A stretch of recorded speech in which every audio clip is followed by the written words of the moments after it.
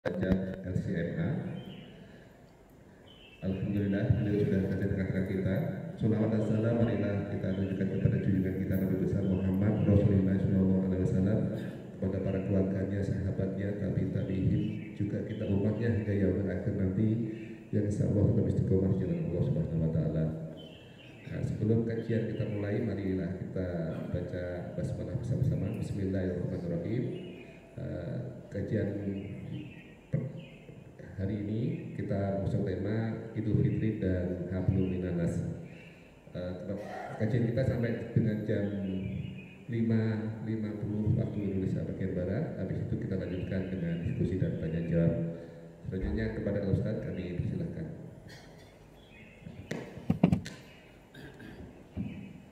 Assalamualaikum warahmatullahi wabarakatuh.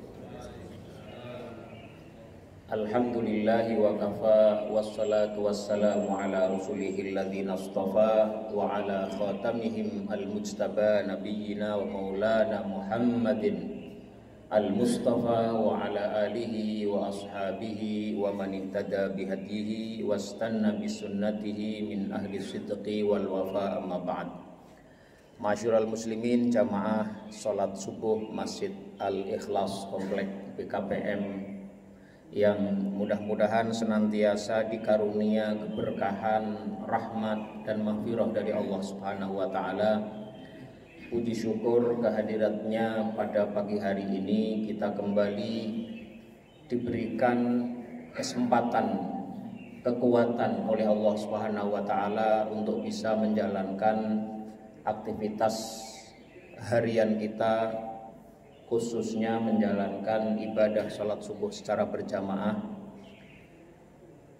Mudah-mudahan salat subuh kita pagi ini diterima oleh Allah Subhanahu wa taala. Amin Allahumma amin.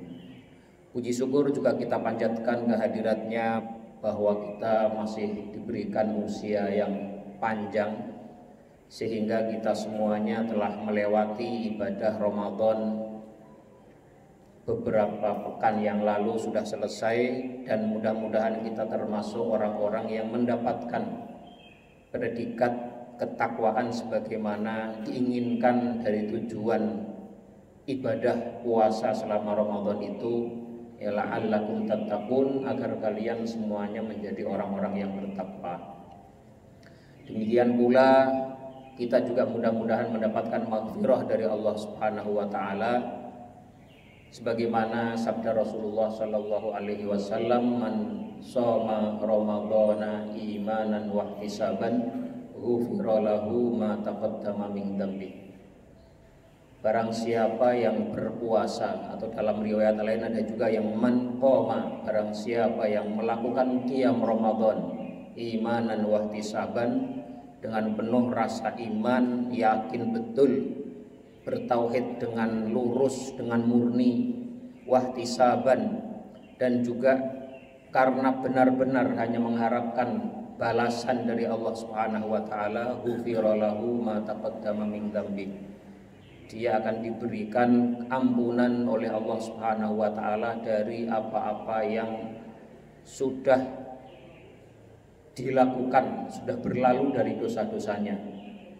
Jadi janji Allah Subhanahu wa taala yang disampaikan oleh Rasulnya bahwa orang yang berpuasa di bulan Ramadan sebulan penuh itu, dan qiyam Ramadan sebulan penuh itu dengan iman dan ihtisab lillahi ta'ala, itu adalah ampunan. Jadi ampunan itu satu hal yang mahal, satu hal yang sangat berarti, bahkan mungkin dibilang paling berarti dalam kehidupan kita sebagai hamba Allah Subhanahu wa taala. Bahkan ketika Aisyah, ibunda Aisyah bertanya kepada Rasulullah sallallahu alaihi wasallam, seandainya beliau mendapati adanya Lailatul Qadar, malam yang lebih baik daripada malam 1000 bulan, itu apa yang harus diminta dari Allah Subhanahu wa taala? Ternyata yang Rasulullah ajarkan adalah agar meminta ampunan dari Allah Subhanahu wa taala. Allahumma innaka afuun tuhibbul afwa fa'fu anni. Ya Allah, sesungguhnya Engkau Maha Pengampun, tuhibbul afwa, dan menyukai ampunan. suka mengampuni, fa'fu anni, maka ampunilah aku. Jadi pengampunan itu merupakan salah satu aspek yang paling penting yang sangat diharapkan oleh setiap insan yang hidup di dunia ini. Karena tidak ada seorang pun yang mampu menahan atau memikul azab Allah Subhanahu wa taala kalau memang dia dihukum atas kesalahan-kesalahannya. Karena itulah ampunan itu menjadi hal yang paling penting, yang paling utama yang harus kita cita-citakan dalam kehidupan kita di dunia ini. Nah, ma'asyiral muslimin rahimakumullah, pada pagi hari ini DKM itu meminta kami untuk membahas tema kajian pada pagi hari ini dengan judul atau dengan tema Idul Fitri dan Hablum Minan Nas. Mengapa tema ini diambil? Saya tidak tahu, mungkin pertimbangannya adalah karena memang biasanya kalau kita sudah masuk Idul Fitri, Ramadan itu lazimnya orang berpikir tentang peningkatan spiritualitas, tentang penyucian diri, tentang pembenahan aspek kesalehan yang itu lebih banyak terkait dengan kesalehan ritual atau kesalehan individual yang ada kaitannya langsung dengan Allah Subhanahu wa taala. Meskipun sebenarnya madrasah Ramadan itu juga terkait dengan kesalehan sosial, terkait dengan ajaran bagaimana cara kita menjaga diri kita dalam berinteraksi dengan sesama manusia. Tetapi aspek ini tidak sekuat aspek yang pertama tadi. Karena itu biasanya setelah Idul Fitri, kemudian umat Islam khususnya apalagi di Indonesia itu memberikan perhatian yang lebih terkait bagaimana hubungan kita dengan sesama yang sering oleh orang-orang atau masyarakat di Indonesia disebut dengan hablun minan nas. Kalau kita kemarin di Ramadan mungkin sering kita mendengar ceramah-ceramah ya, bagaimana makna daripada Ramadan itu, yang salah satunya sebenarnya itu adalah juga memiliki dimensi pengajaran, madrasah, pendidikan, bagaimana cara kita berinteraksi dengan orang. Misalnya ya, kalau orang sedang berpuasa, wa in kana saumu yaumi ahadikum, ya, kalau orang itu sudah masuk dalam puasanya, ya, fala yarfuth wala yashab wala yajhal, maka dia jangan pernah berkata kotor, jangan pula berteriak-teriak, ya, dan tidak pula melakukan tindakan yang bodoh, yang ceroboh, yang ngawur, yang membuat orang tidak nyaman. Wa in sabbahu ahadun au qatalahu falyaqul inni shaim. Kalau ada orang ngajak berdebat, ada orang memaki-maki, ada orang ngajak berkelahi, maka tahan diri. Falyaqul inni shaim, maka katakanlah aku ini sedang berpuasa. Ini artinya aspek puasa itu memiliki aspek sosial juga, memiliki aspek hubungan antara seseorang dengan orang-orang di sekitarnya. Nah, masyurul muslimin yang dirahmati Allah Subhanahu wa taala, sebelum kita masuk ke pembahasan substantif daripada tema tadi Idul Fitri dan Hablum Minan Nas, saya ingin sedikit mengulas tentang penggunaan istilah-istilah yang banyak digunakan oleh masyarakat muslim di Indonesia, yang penggunaan istilah-istilah itu kadangkala tidak selamanya tepat 100% sesuai dengan makna aslinya, dan bahkan kadang-kadang makna itu kemudian bisa mengaburkan makna aslinya. Termasuk nanti tentang istilah Idul Fitri, Hablun Minan Nas dan lain-lain. Jadi di Indonesia ini orang banyak menggunakan istilah-istilah yang istilah-istilah ini unik. Istilah-istilah ini tidak biasa dikenal dalam literatur maupun istilah yang biasa digunakan oleh orang Arab, meskipun bahasa yang kita gunakan itu adalah bahasa Arab. Contohnya misalnya, kita biasa mengenal istilah silaturahmi atau silaturrahim, menyambung hubungan kekerabatan, kerahiman orang yang berasal dari rahim yang sama, memiliki hubungan kekerabatan, ya, dan menjalinnya, menghubungkannya, itu sering kita pahami dengan makna yang tidak tepat sesuai dengan makna aslinya. Kata silaturahim itu sekarang sudah mengalami perluasan, mengalami, ya, pelebaran makna yang kadang-kadang makna itu tidak tepat sesuai dengan aslinya.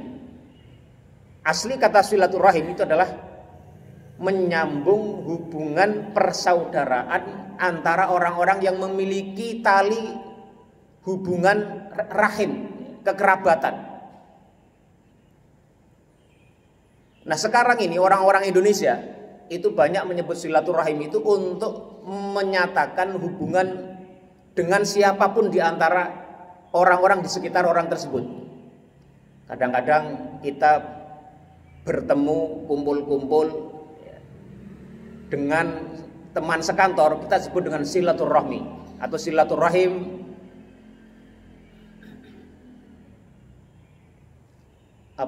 Para staf atau para pekerja di kementerian apa, di kantor apa, atau silaturahim alumni SMA sekian, tahun sekian. Itu perluasan makna yang tidak total salah, tapi juga tidak sepenuhnya benar juga.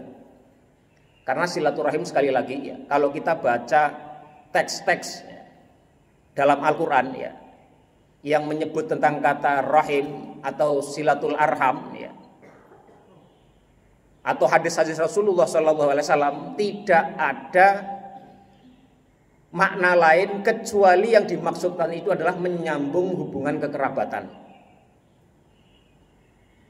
Apalagi sekarang ini orang kemudian memperluas lagi bahwasanya silaturahim itu bisa dimaknai dengan memperluas relasi, hubungan kerja, hubungan bisnis, relasi sosial yang bisa dilakukan dengan siapa saja. Sampai kemudian orang mengatakan ketika Rasulullah SAW bersabda, man arada ayyub satalahu fi rizqihi wa yunsa'alahu fi ajalihi falyasil rahimah. Barang siapa yang ingin, ya, atau bercita-cita diluaskan rizkinya dan dipanjangkan umurnya, falyasil rahimah, maka hendaklah dia menyambung tali silaturahim. Itu kemudian diperluas maknanya oleh orang-orang di Indonesia, masyarakat muslim di Indonesia. Oh, kalau begitu orang kalau kita semangat atau rajin membangun relasi dengan orang lain, maka dia akan diluaskan rizkinya dan dipanjangkan umurnya. Nah, apa faktor kesalahan dari pemahaman seperti ini? Ya, meskipun sekali lagi makna itu tidak sepenuhnya salah, ya, bisa saja dipahami demikian, tapi karena pemahaman yang keliru atau pemberian muatan yang tidak semestinya dalam istilah itu, orang akhirnya beranggapan dengan atau mengalami pengaburan makna dari makna itu sendiri. Jadi misalnya kalau ada orang yang selalu membangun relasi dengan partner kerjanya, dengan rekan bisnisnya, sangat baik dengan tetangganya, sangat murah hati dengan rekan-rekannya, tapi dia tidak bisa membangun hubungan kekerabatan yang baik dengan saudara-saudaranya, dengan adiknya nggak akur, dengan pamannya bentrok, dengan tantenya tidak pernah rukun. Ini dia tidak termasuk orang yang penyambung atau sudah melaksanakan silaturahim secara semestinya. Memang betul berhubungan baik dengan tetangga ada babnya sendiri, bukan silaturahim. Mengunjungi teman kita, sesama mukmin, saudara mukmin yang lain, mengunjungi rumahnya, mengunjungi tempatnya, itu ada bab lain di luar bab silaturahim. Mengunjungi yang sakit itu ada babnya tersendiri yang memiliki keutamaan sendiri yang itu di luar silaturahim. Baik sama guru-guru kita, baik sama saudara teman-teman kita, baik sama rekan-rekan kerja kita itu ada bab lain di luar bab silaturahim. Tapi di Indonesia orang memaknai silaturahim itu sedemikian luas sehingga kadang-kadang bisa mengaburkan makna aslinya. Ini contoh pemaknaan silaturahim yang tidak tepat persis dengan makna yang diinginkan oleh syariat. Misalnya lagi kata mu'alaf, ya, contoh ini bahasa agama yang dipahami secara keliru sehingga mengaburkan makna aslinya. Makna mu'alaf itu di Indonesia selama ini kalau kita sebut mu'alaf itu artinya orang yang masuk Islam bukan dari lahir. Misalnya ada beberapa tokoh ya yang dulunya aslinya bukan muslim, kemudian ketika remaja atau ketika muda masuk Islam, maka kita nyebutnya mu'alaf sampai sekarang. Oh si fulan atau ustadz fulan itu adalah mu'alaf karena dia masuk Islam bukan dari sejak dilahirkan, sejak aslinya lahir ya, kemudian tumbuh di komunitas yang bukan Islam, maka dia kemudian beragama dengan agama selain Islam, kemudian dia masuk Islam, maka dia disebut mu'alaf. Makna ini tidak selamanya salah ya, ada nilai kebenarannya, tapi tidak secara penuh mengandung atau dipahami secara benar sesuai dengan maksud aslinya. Nah, kata mu'allaf itu diambil dari al-mu'allafatu qulubuhum, orang-orang yang dilunakkan hatinya. Itu adalah masuk dalam bab awalnya, itu istilah ini ya ada di bab asnaf ya, atau golongan-golongan yang berhak mendapatkan zakat. Sebagaimana dalam ayat yang menjelaskan bab zakat, innamas shadaqatu lil fuqara'i wal masakin ila akhiril ayat. Salah satunya adalah wal mu'allafatu qulubuhum, orang-orang yang dilunakkan hatinya. Kata al mu'allafatu qulubuhum itu maknanya luas. Hanya Syekh Dr. Yusuf Al-Qaradawi dalam Fiqhus Zakah ya, kitab tentang zakat yang tebalnya itu lebih dari 500 halaman ya, itu membahas makna mu'allafah qulubuhum itu maknanya banyak sekali. Ada 8 atau berapa saya lupa itu ya. Salah satunya orang yang baru masuk Islam yang diharapkan dengan diberikan zakat kepadanya dia lebih kuat Islamnya. Orang yang masuk Islam apalagi dia setelah masuk Islam itu misalnya harus meninggalkan harta bendanya yang lama yang dia miliki sebelumnya, meninggalkan keluarganya, dijauhi oleh kerabat-kerabatnya, maka orang seperti ini itu berhak diberikan zakat. Tapi mana mu'allafatu qulubuhum atau mu'allaf itu maknanya tidak terbatas pada itu saja. Maknanya bisa berarti juga kalau kita ya, kalau dulu itu ada kepala-kepala suku ya, ru'asaul qabail, kepala-kepala suku yang mereka ini diharapkan meskipun mereka masih kafir ya, orang ini masih kafir, jadi kepala suku masih kafir, dengan diberikan zakat kepada mereka, mereka ini berpeluang menjadi muslim, berpeluang juga membawa rakyatnya, kaumnya menjadi muslim, maka ini juga bisa diberikan zakat kepada mereka. Atau ada tokoh-tokoh Bromo Corah misalnya, orang-orang jahat, yang orang-orang jahat ini dikhawatirkan bisa mengganggu dakwah, bisa mengganggu umat Islam. Misalnya ada orang mendirikan masjid di satu wilayah yang wilayah itu banyak premannya. Masjid ini senantiasa diganggu oleh para preman-preman itu, mau pengajian susah, mau melaksanakan aktivitas ibadah dan aktivitas sosial di masjid itu mendapat gangguan. Nah, para Bromo Corah, para preman seperti ini, agar dia tidak mengganggu, diberikan zakat itu juga boleh, termasuk dalam bab al-mu'allafatu qulubuhum.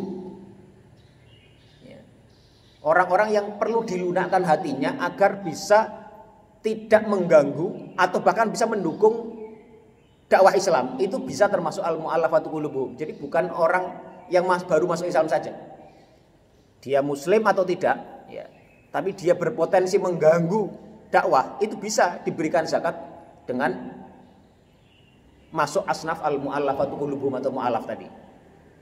Atau misalnya ada juga, maaf ini banyak sekarang ini ada tokoh-tokoh ya, yang tokoh-tokoh ini misalnya ditengarai dia itu sering memberikan komentar yang negatif tentang Islam, fobia terhadap kaum muslimin, gara-gara kemungkinan dia itu berhasil dipakai oleh pihak lain dengan memberikan uang kepada dia sehingga dia mau memusuhi umat Islam. Orang-orang seperti ini agar dia tidak lagi memusuhi Islam, agar dia tidak lagi mengganggu umat Islam, juga boleh diberikan zakat dengan harapan apa? Zakat ini itu bisa menggantikan uang yang dia dapatkan dari pihak lain sehingga dia mengganggu Islam itu. Jadi luas sekali makna mu'allaf ini. Dan bahkan tadi kalau ada orang muslim Islamnya sudah lama, sudah menjadi kuat, sudah menjadi ustadz, ekonominya juga bagus, dakwahnya bagus, itu sudah tidak berhak lagi disebut mu'allaf sebenarnya, dan dia tidak berhak lagi mendapatkan zakat dari golongan salah satu dari 8 asnaf yang bisa mendapatkan zakat itu. Ini contoh pergeseran makna yang terjadi di kalangan umat Islam di Indonesia yang membuat makna asli dari apa yang dikandung dari istilah itu menjadi kabur kadang-kadang. Apalagi banyak sekali. Kemudian ada lagi kata fitnah. Fitnah lebih kejam dari pembunuhan. Ada orang menuduh saya misalnya, oh saya dikata-katai misalnya apa dengan kata-kata yang buruk. Itu kan kalau dalam bahasa Indonesia sering diistilahkan dengan kata fitnah. Meskipun dalam bahasa Arab fitnah itu tidak seperti itu maksudnya. Dalam Al-Quran memang ada al-fitnatu asyaddu atau akbaru minal qatli, bahwa fitnah itu lebih besar, lebih dahsyat dari pembunuhan. Itu yang dimaksud adalah bukan fitnah seperti tadi, yang menuduh orang dengan tuduhan yang lain, itu babnya bab lain lagi. Memang termasuk dosa besar juga menuduh orang lain dengan satu hal yang tidak dilakukan oleh orang itu. Tapi itu tidak masuk bab fitnah yang kemudian dikatakan fitnah itu lebih besar daripada pembunuhan. Itu contoh pergeseran istilah yang maknanya dikaburkan dengan pemahaman yang salah kaprah yang berkembang di sebagian masyarakat. Kemudian juga terkait itu Idul Fitri. Idul Fitri itu seringkali dipahami oleh kita, oleh sebagian dari kalangan umat Islam dengan kembali kepada fitrah, kembali kepada kesucian.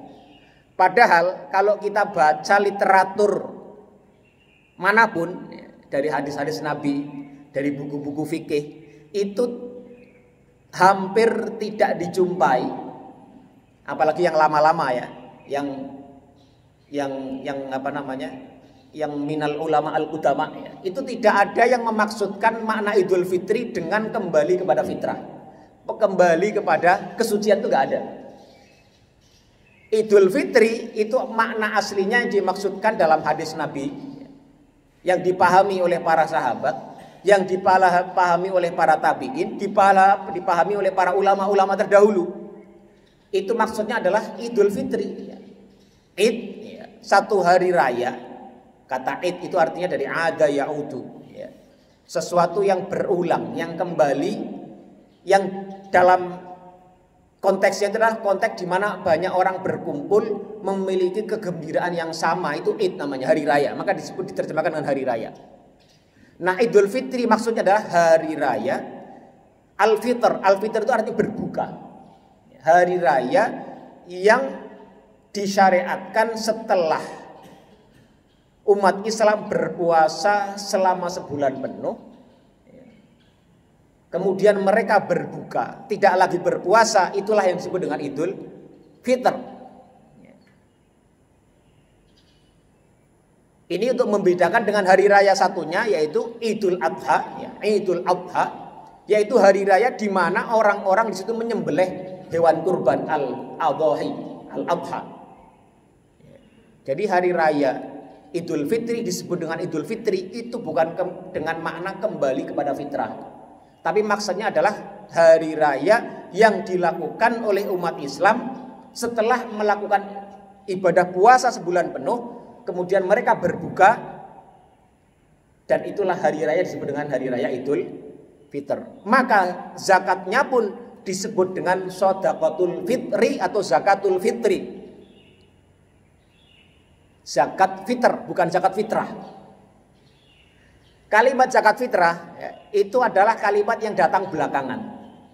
jauh setelah masa para tabi'in.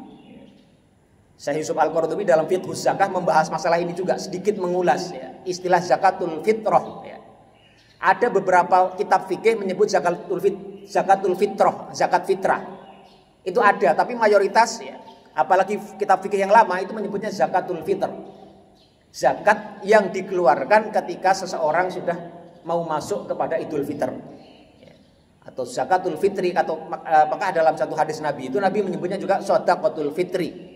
Ya, itu disyariatkan ya, tuqmatan lil masakin, tuhratan lis-shaimi, sebagai penyuci bagi orang yang berpuasa ya, minal lagwi warrafathi, wa tuqmatan lil masakini, atau wa tuqmatul lil masakini, dan sebagai wahana untuk memberikan makan, akses kepada makanan kepada orang-orang yang miskin.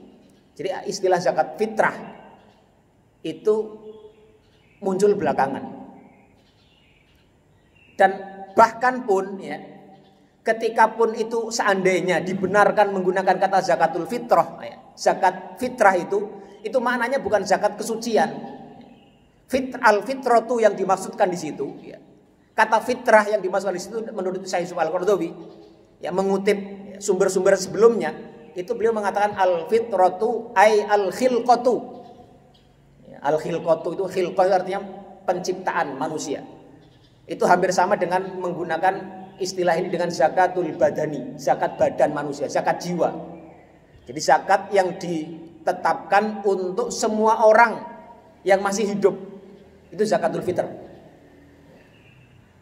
Karena nggak ada nisabnya, nggak ada haulnya, berbeda dengan zakat mal, ya, zakat yang diwajibkan atas harta kepemilikan. Tapi ini adalah zakat yang diharuskan untuk semua masing-masing kepala orang, itu zakatul fitri, atau oleh sebagian ahli fikih belakangan disebut dengan zakatul fitrati ay zakatul khilqati. Jadi kata fitrah yang dipakai dalam zakat fitrah sebagaimana dalam istilah yang biasa kita pakai itu sama sekali tidak ada kaitannya dengan kembali kepada fitrah. Meskipun sekali lagi nanti ya, orang bisa membawa makna itu, toh kan kita kembali kepada fitrah karena ada hadis Nabi, barang siapa yang berpuasa sebulan penuh, barang siapa yang qiyam Ramadan sebulan penuh ya, imanan wahtisaban, dengan iman dan penuh ihtisab, maka diampuni dosanya. Kalau udah diampuni dosanya kan dia kembali kepada fitrah. Jadi ini otak-atik gatuk masuknya sebenarnya ya. Siapa yang bisa menjamin kalau kita sudah bisa diampuni dosa kita? Siapa yang bisa menjamin kalau ibadah puasa kita sempurna sehingga kita mendapat ampunan, sehingga kita bisa digolongkan termasuk orang-orang yang kembali kepada fitrah? Ini contoh kesalahan-kesalahan penggunaan istilah yang ya masih kadang-kadang masih bisa dibenarkan juga ya, karena ada satu kaidah la musyahata fil mustalahat, tidak ada perdebatan dalam istilah. Penggunaan istilah itu kadang-kadang disahkan ya, orang orang Sunda nyebut lama itu atos ya kan. Padahal atos itu orang Jawa bilang itu keras, keras Pak. Ya suwe kalau lamanya itu suwe, tapi atos itu sendiri keras. Ya tidak masalah, itu terserah, tidak bisa diperdebatkan. Itu kesepakatan orang Sunda begitu. Atos itu adalah lama, orang Jawa lama itu suwe, atau atos itu adalah keras. Tidak masalah, nggak perlu ada musyahah, ada perdebatan, pertentangan. Yang penting orang saling paham antara satu dengan yang lainnya.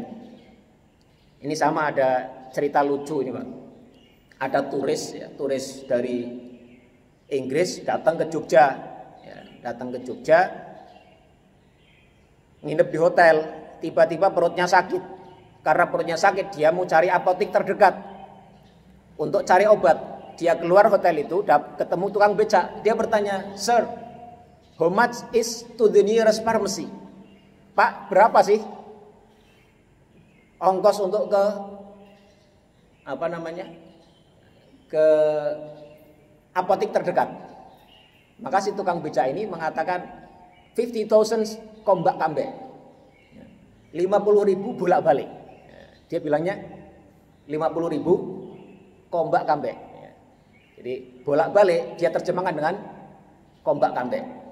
Nah ini penggunaan bahasa yang dimiliki oleh si tukang beca ini, bapak tukang beca ini, dia pahami seperti itu ya terserah dia. Turisnya paham atau enggak ya terserah dia. Ini contoh penggunaan istilah. Nah, sama juga dengan istilah hablum minan nas. Ini mungkin jarang yang membahas masalah ini. Kata hablum minan nas itu kalau kita rujuk ya, istilah ini itu diambil dari surat Alu Imran ayat 112. Kata hablum minan nas di situ itu dikutip dari ayat di mana Allah Subhanahu wa taala berfirman, wa duribat alaihimudz dzillatu ainama thuqifu illa bihablim minallahi wa hablin minan nas. Dan ditetapkan terhadap orang-orang Yahudi Bani Israel dulu ya, yang banyak berbuat keburukan, ingkar, kekufuran, melakukan berbagai macam kemaksiatan yang luar biasa itu, mereka dihukum oleh Allah Subhanahu wa taala dengan kehinaan yang terus-menerus. Wa dzuribat alaihimudz dzillatu aina ma thuqifu, dimanapun mereka berada, illa bihablim minallah, kecuali dengan tali dari Allah. Tali dari Allah ini para mufasir itu banyak menafsirkan dengan berbagai macam tafsiran. Kemudian wahablin minan nas, dan hablum minan nas. Ada hablum minallah dan hablin minan nas. Dan para mufasir juga banyak memberikan penafsiran tentang hablum minan nas. Tapi kalau kita baca tafsir-tafsir yang berbahasa Arab, saya sudah mengecek beberapa kitab tafsir, tidak ada satupun yang mengindikasikan makna hablum minan nas di situ dengan berinteraksi dengan sesama manusia. Jadi konteks hablum minan nas itu di situ, kalaupun benar itu dikaitkan dengan manusia, itu maksudnya adalah perlindungan dari manusia. Jadi orang-orang Yahudi itu tidaklah pernah hidup keluar dari kehinaan kecuali karena hablum minallah, pertolongan, perlindungan dari Allah. Itu maknanya bisa macam-macam ya. Dan hablum minan nas. Hablum minan nas maknanya juga macam-macam. Di antara para mufasir ada yang memaknainya bisa dimaknai dengan mereka itu bisa hidup di dalam komunitas muslim di bawah kerangka negara Islam, tapi mereka membayar jizyah ya. Sehingga mereka bisa hidup sebagai ahlu zimmah, orang-orang yang memiliki perjanjian dengan umat Islam. Mereka dimuliakan di situ, dihormati sebagai ahlu zimmah. Atau makna lainnya adalah orang-orang Yahudi, termasuk Israel sekarang ini, itu tidaklah hidup dalam di luar kehinaan. Seperti sekarang ini, orang Israel itu sekarang berjaya mereka. Bahkan bisa menjajah Palestina, teman-teman kita, saudara-saudara kita bangsa Palestina. Itu tidak lain karena bihablin minan nas, karena bantuan kelompok manusia lain, yaitu Amerika dan sekutunya. Tanpa bantuan Amerika, tanpa dulu ya bantuan Inggris, itu mereka tidak mungkin bisa keluar dari kehinaan yang sudah ditetapkan kepada mereka itu kecuali bihablin minan nas. Bihablin minallah yang pertama tadi, wahablin minan nas. Karena tali hubungan manusia dalam arti perlindungan dari kelompok lain manusia, sehingga mereka bisa keluar dari kehinaan itu. Jadi sekali lagi kalau kita baca kitab tafsir ya, saya sudah cek dan saya sudah coba ya, lempar ya. Kemarin saya lempar dalam grup ya, sesama teman-teman alumni tempat saya kuliah dulu, itu tidak ada yang bisa belum ada yang bisa menunjukkan satupun penafsiran bahkan literatur dalam bahasa Arab ya, di luar penafsiran yang memaknai sebagaimana orang Indonesia memaknai kalimat hablum minallah, hablum minanas. Selama ini kita sering ya, mendapatkan gambaran bahwa kata hablum minanas itu hubungan sesama manusia. Jadi kalau kita mau jadi orang baik, hablum minallah, kita menjalin hubungan yang baik dengan Allah, misalnya tadi puasa dengan baik, zakat dengan baik, dan juga hablum minanas, interaksi dengan manusianya juga baik. Tapi yang menarik kata ini, istilah ini belum saya temui, saya pernah juga sempat googling juga kalimat hablum minallah dalam konteks tadi konteks kita muamalah yang baik dengan sama manusia, itu tidak ada yang menggunakan istilah hablum minan nas dalam literatur bahasa Arab. Meskipun sekali lagi ya boleh-boleh saja orang Indonesia menggunakan istilah ini, ya, mengutip itu dari Al-Quran kemudian menggunakan untuk ini, istilah ini la musyahata fil mustalahat. Tapi kalau kita tidak pahami makna aslinya, seperti tadi kata mu'allaf, al-mu'allafatu qulubuhum, kata zakatul fitri, zakat fitrah, kemudian idul fitri, kata fitnah, kata silaturahim, termasuk hablun minan nas ini, kalau kita tidak tahu makna aslinya, apa yang dimaksud dalam ayat yang sering dikutip terkait masalah ini, makna aslinya bisa kabur.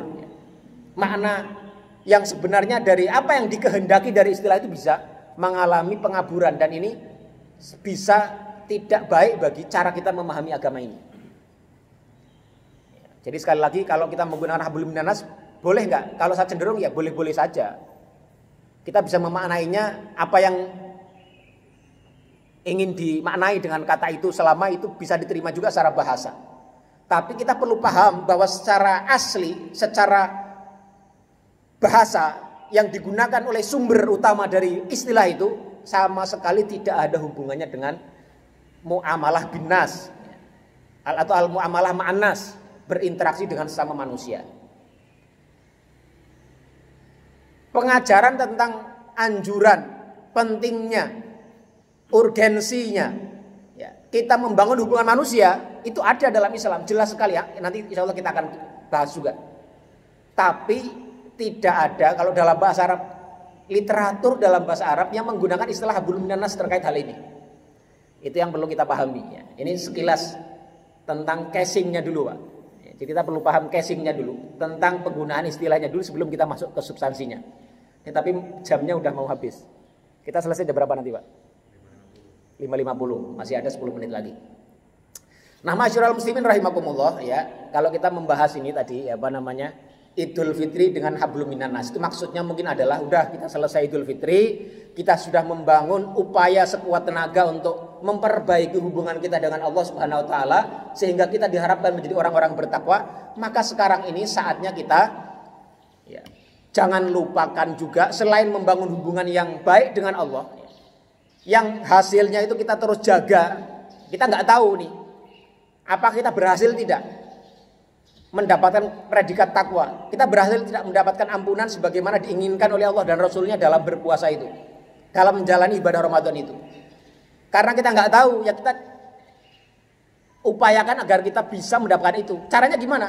Ya setelahnya kita jaga amalan kita agar untuk membuktikan kita termasuk orang-orang yang bisa dimungkinkan atau diharapkan termasuk orang yang diterima amal baik kita di hadapan Allah Subhanahu wa taala. Kita jaga amal-amal selama Ramadan itu.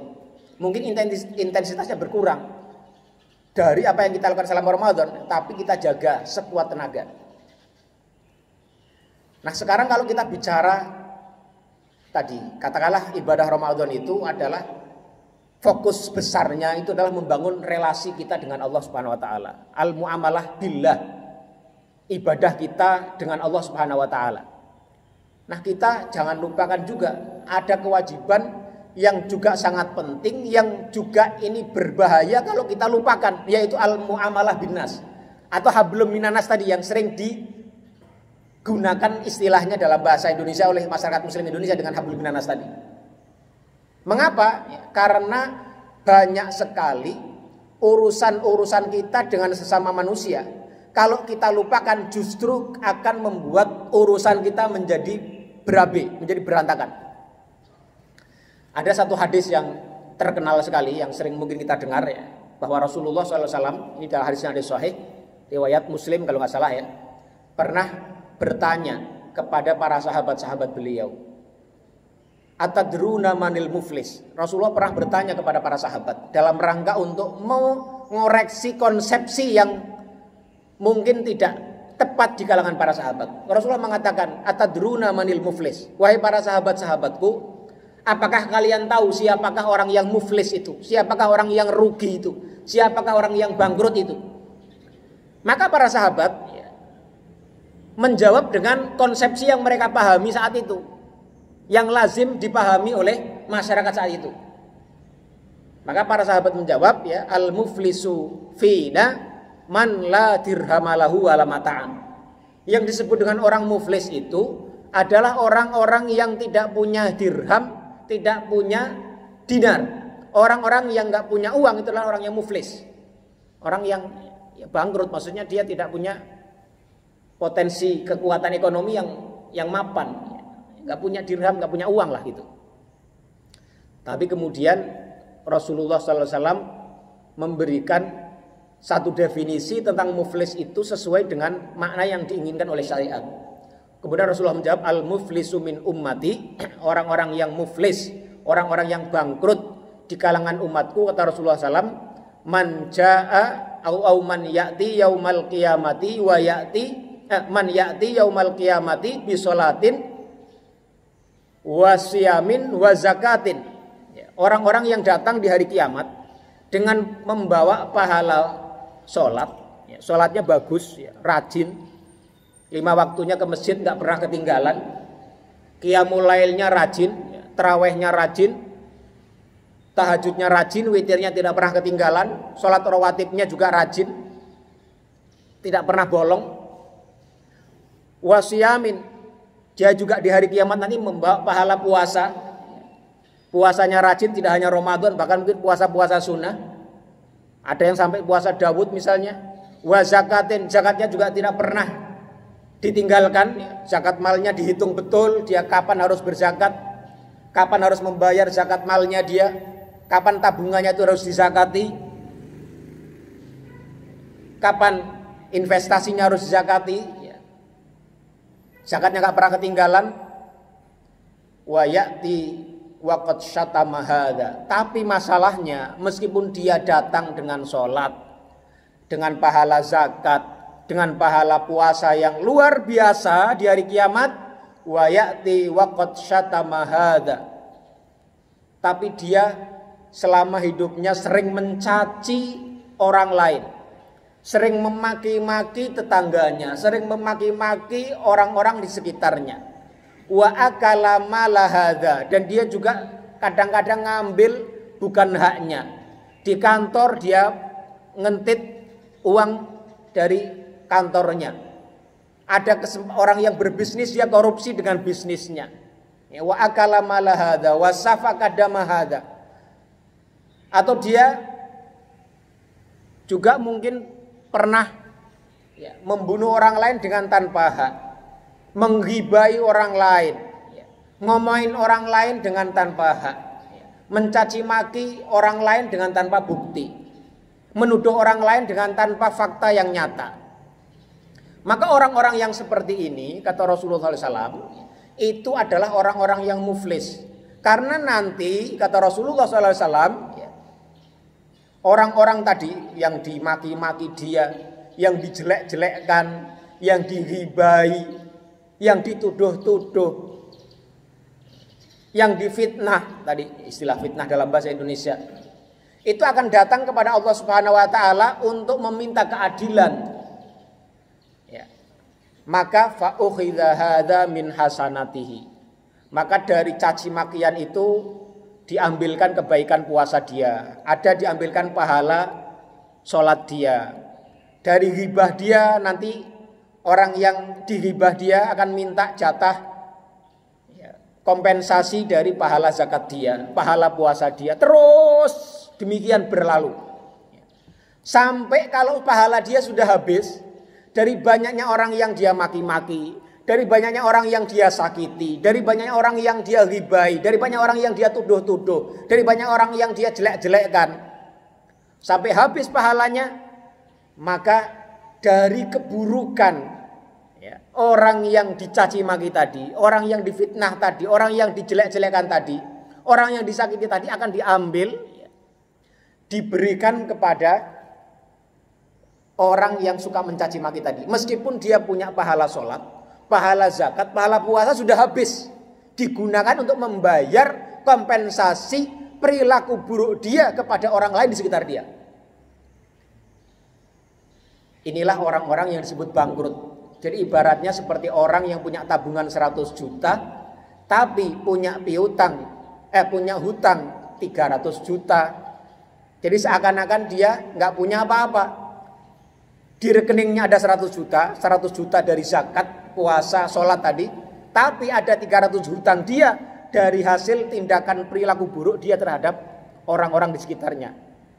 Ini dia termasuk golongan orang-orang yang al-muflisu min ummati, kata Rasulullah SAW. Ini menunjukkan apa? Menunjukkan bahwa cara interaksi kita kepada orang-orang di sekitar kita yang dalam tema ini disebut hablum minan nas tadi, yang istilahnya sebenarnya juga perlu kita dudukkan secara semestinya, ini memiliki urgensi yang luar biasa. Makanya salah satu wisdom, ya, salah satu kearifan ulama-ulama Indonesia dulu, para wali songo itu, ya, atau ulama-ulama yang setelahnya, itu menganjurkan kita itu kalau hari raya itu bersaling kunjung, ada istilah halal bihalal, ya, berkumpul untuk saling memaafkan. Itu bukan hanya rutinitas formal yang kita jalani begitu saja. Itu memiliki pesan yang luar biasa dalam, bahwa artinya kita sudah puasa Ramadan, ya, sebulan penuh, sudah membayar zakat kita, sudah sholat sholat 5 waktu, sholat tarawihnya penuh, nggak bolong. Itu jangan sia-siakan dengan perilaku buruk kita. Kalau kita punya salah, ayo kita maaf-maafan dengan orang-orang di sekitar kita. Maka ada hadis Nabi Muhammad SAW, ya, man kanat lahu mazlamatun li akhihi min irdihi au min syai'in falyatahallalhu al-yawma qabla an la yakuna lahu dirhamun wala dinarun. Atau kama qala Rasulullah SAW. Barang siapa yang punya masalah, ya, kezaliman, mazlamah, ya, kita pernah menzalimi orang lain, ya, pernah mencela orang lain tanpa hak, pernah menggibah orang lain, pernah berseteru dengan orang lain, pernah menjelek-jelekkan orang lain, ya, pernah mengganggu kehormatan orang lain, au bis min irdihi, dari kehormatan dia, au bisain, atau terhadap sesuatu pun, pernah mengambil hartanya tanpa hak, pernah berhutang tapi belum dikembalikan, fal yatahallalhu al-yauma, maka hendaklah dia segera meminta kehalalan al-yauma, sekarang juga, hari ini juga, qabla an la yakuna out qabla al la yakuna dirhamun wala dinarun, sebelum sampai pada waktu di mana dinar dan dirham itu sudah tidak bermanfaat lagi. Artinya sebelum datangnya hari kiamat, atau sebelum kematian dia, karena setelah kematian dia harta benda gak ada manfaatnya lagi. Ya, fal yatahallalhu, maka adalah dia meminta kehalalan, minta maaf dari orang yang dia zalimi itu. Ini betapa pentingnya tadi, kesalahan terhadap orang lain itu masalahnya bisa berapi.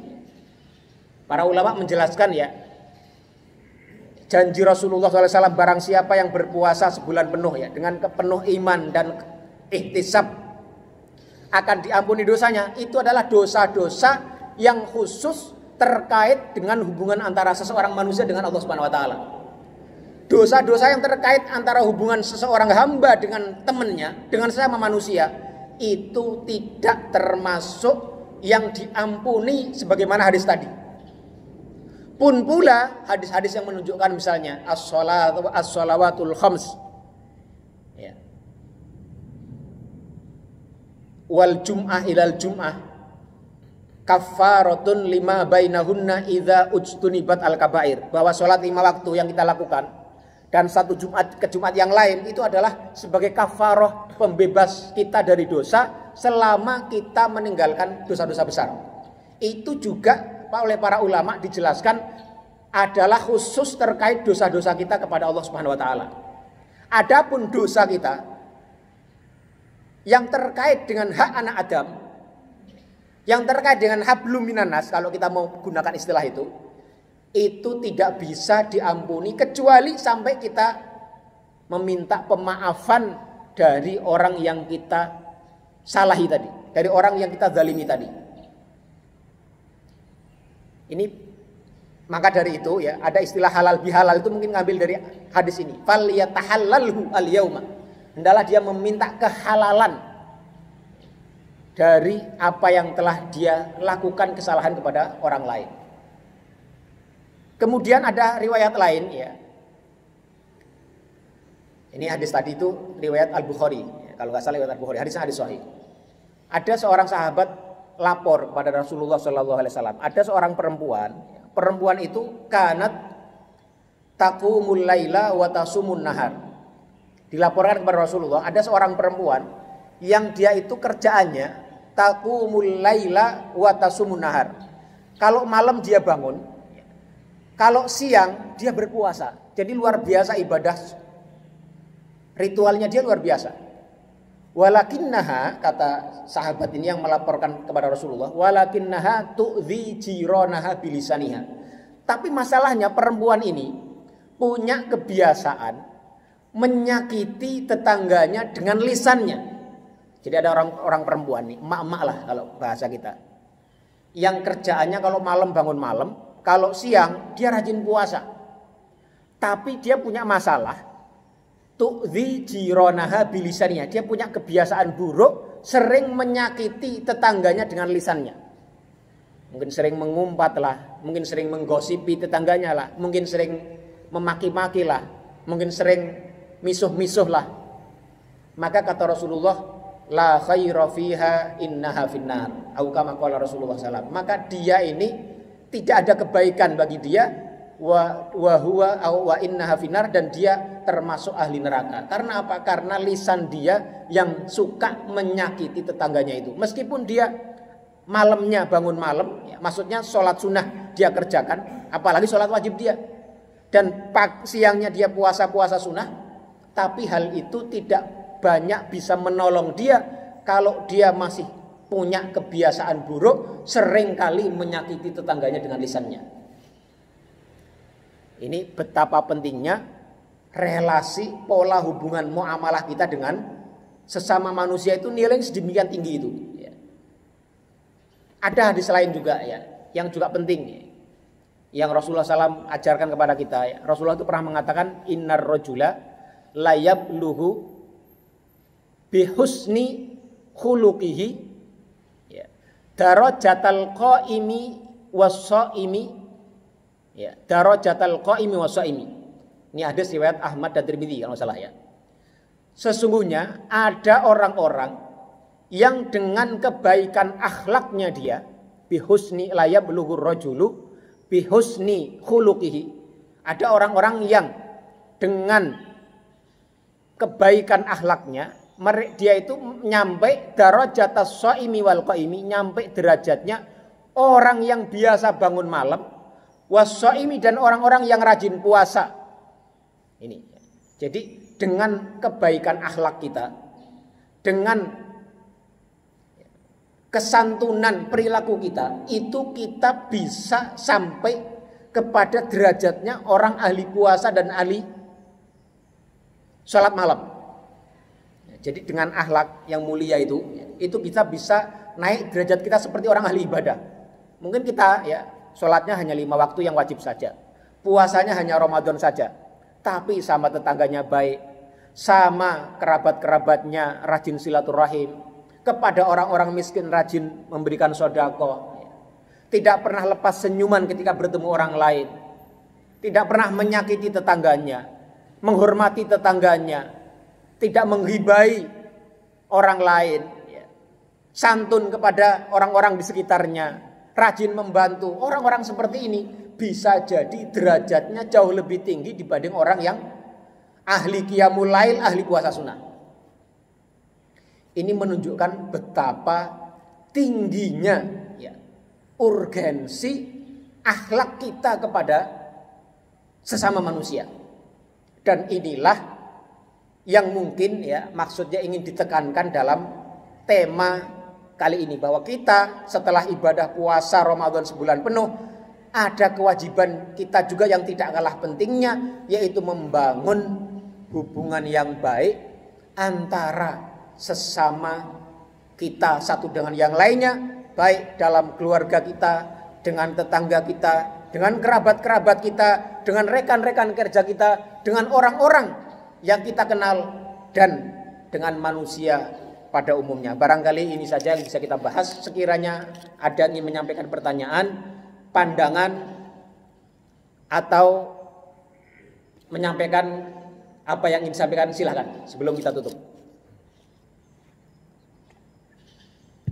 Baik, jemaah, masih ada waktu beberapa saat lagi ke depan.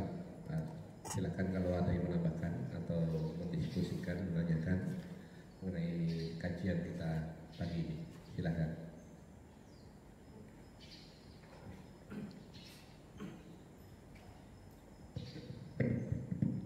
Assalamualaikum warahmatullahi wabarakatuh. Waalaikumsalam warahmatullahi wabarakatuh. Yang disampaikan tadi banyak istilah-istilah yang selama ini sudah kita dengar.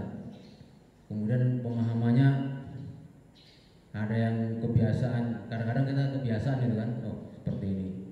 Nah, kemudian tadi yang disampaikan Idul Fitri, Abdul Minallah, Abdul Minanas, kebiasaan kita ini kembali ke apakah syariat, apakah benar atau kebiasaan atau benar. Mungkin pendapat Pak Ustadz atau pendapat yang lain kebiasaan kita berbeda. Masalah selesai puasa kita merayakan tadi kan dibilang. Nah, kemudian di Indonesia ini kebiasaan puasanya belum selesai udah istilahnya mudik. Nah, kemudian yang utamakan kita saling halal bihalal tadi, memaafkan. Padahal kita di kampung tadi itu sejak kita berangkat ke kota, mau ke Jakarta, ke Depok, tidak pernah interaksi dengan warga di kampung kita. Nah, kemudian diharapkan kita dengan tetangga kita hubungannya baik. Nah, kampung kita tidak pernah interaksi. Kemudian interaksinya dengan lingkungan yang ada di sekitar kita ini. Nah, sementara masyarakat kita ini mendahulukanlah ke kampung, memaksakan apa yang terjadi, bagaimana caranya Lebaran kita mudik ke sana, sehingga padatlah jalanan tadi. Nah, ini bagaimana pendapat Pak Ustadz masalah interaksi tadi ini? Apakah yang mendahulukan di kampung, apakah kita hubungan dengan manusia mendahulukan di sekitar kita tadi? Itu aja. Ya. Ada lagi? Habis ini ada lagi nggak Bapak? Kalau nggak ada nanti sekalian ditutup. Cukup ya? Kita langsung nanti tutup. Oke, ya terima kasih. Iya. Kalau ditanya lebih mana yang harus kita dahulukan, ya dua-duanya didahulukan, Pak. Maksudnya adalah begini ya, maksudnya begini, dua-duanya sama-sama penting ya. Kalau kita pulang kampung, itu kan tujuannya pertama biasanya kita ditunggu oleh orang tua kita, ya kan? Kita ditunggu oleh kerabat-kerabat kita, ditunggu oleh saudara-saudara kita yang ada di kampung. Mengapa kemudian kalau di Indonesia ada tradisi mudik? Itu budaya, ya. Sama sekali tidak ada kaitannya dengan agama. Meskipun sekali lagi, ya, seperti dengan halal bihalal. Halal bihalal itu bahasanya bahasa Arab, halalun bihalalin. Itu pun di dalam bahasa Arab tidak pernah ada orang Arab yang menggunakan istilah itu. Jadi kalau kita searching di literatur manapun, bakal kita googling halalun bihalalin gitu dengan tulisan Arab, itu gak akan keluar, Pak. Karena orang Arab gak ada yang paham dengan istilah halal bihalal. Itu bagian dari budaya masyarakat Muslim di Indonesia, yang budaya itu memang memiliki muatan nilai yang sebenarnya ada sandaran syariatnya. Tapi itu jangan dipertentangkan, oh bid'ah atau tidak. Itu saya tidak ingin membahas itu. Mudik juga tadi yang ditanyakan oleh Bapak tadi, itu bagian dari budaya yang selama ini sudah berlangsung puluhan tahun di Indonesia. Kalau orang hari raya ya dia akan pulang ke kampungnya. Tujuannya apa? Tujuannya adalah bertemu dengan orang tuanya, bertemu dengan saudara-saudaranya, bertemu dengan kerabat-kerabat rahimnya tadi, sebagian dari silaturahim tadi. Kalau dengan teman-temannya mungkin jarang ketemu, udah jarang berinteraksi, tapi dengan tadi ya kewajiban silaturahim itu ya begitu ya, berbuat baik, interaksi dengan orang-orang yang memiliki hubungan kekerabatan dengan kita. Bagaimana dengan kewajiban kita dengan orang yang di sekitar kita, tempat di mana kita tinggal, dengan tetangga, dengan rekan kerja, itu ada kewajiban lain. Misalnya kalau dengan tetangga salah satunya itu kan man kana yu'minu billahi wal yaumil akhir fal yukrim jarahu atau fala yu'dhi jarahu. Barang siapa yang mengaku beriman kepada Allah dan hari akhir, maka janganlah dia sekali-kali menyakiti tetangganya. Itu ada hadisnya juga. Ada kewajiban kepada tetangga, ada kewajiban silaturahim, ada. Yaitu pilihan saja. Tinggal dia hitung sendiri di mana kemaslahatan yang terbesar bagi dia. Kalau bagi dia mudik itu tidak dirasa penting, bagi keluarganya memahami, oh tidak apa-apalah, udah pulang nanti kapan saja, nggak harus Idul Fitri, ya tidak apa-apa, nggak pulang, nggak mudik. Tapi bagi orang-orang yang di rumah ditunggu sama keluarganya, orang tuanya apalagi, kalau hari raya, ini kan bagian dari budaya Pak, sekali lagi ya, budaya selama tidak bertentangan dengan nilai agama, kan tidak bertentangan. Mudik itu tidak haram, tidak ada salahnya juga, tapi tadi dihitung maslahatnya masing-masing. Ya, dia orang tua merasa bahagia kalau anaknya Idul Fitri ada di sampingnya, ya menurut saya mudik saja. Kerabat-kerabat merasa butuh, apalagi orang di Jakarta biasanya dianggap sebagai yang sukses. Hari raya itu adalah hari raya di mana kegembiraan ingin dirayakan bersama. Kalau keluarga itu pulang, yang di Jakarta misalnya di sini, yang di perantauan pulang, itu akan rasa kekeluargaan akan berbeda rasanya dengan tanpa kehadiran orang-orang yang datang dari jauh itu. Ya silahkan. Jadi kalau ditanya mana yang lebih penting, kalau saya menyerahkan kepada keadaan dari situasi masing-masing. Diserahkan kepada tingkat kemaslahatan yang bisa diukur bagi masing-masing. Satu orang dengan yang lainnya bisa berbeda. Ada yang mudik itu lebih penting bagi dia, lebih urgent bagi dia kalau maslahat memang mengharuskan begitu.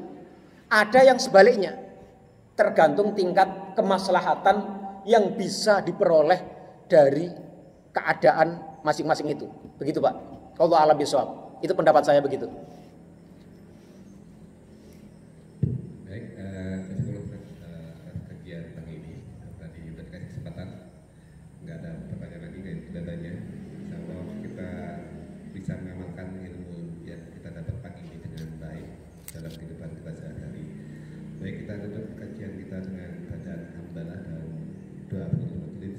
Alhamdulillahirabbil alamin, sudah kita tahu subhanahu wa bihamdika asyhadu an la ilaha illa anta astaghfiruka wa atubu ilaik. Wassalamualaikum warahmatullahi wabarakatuh.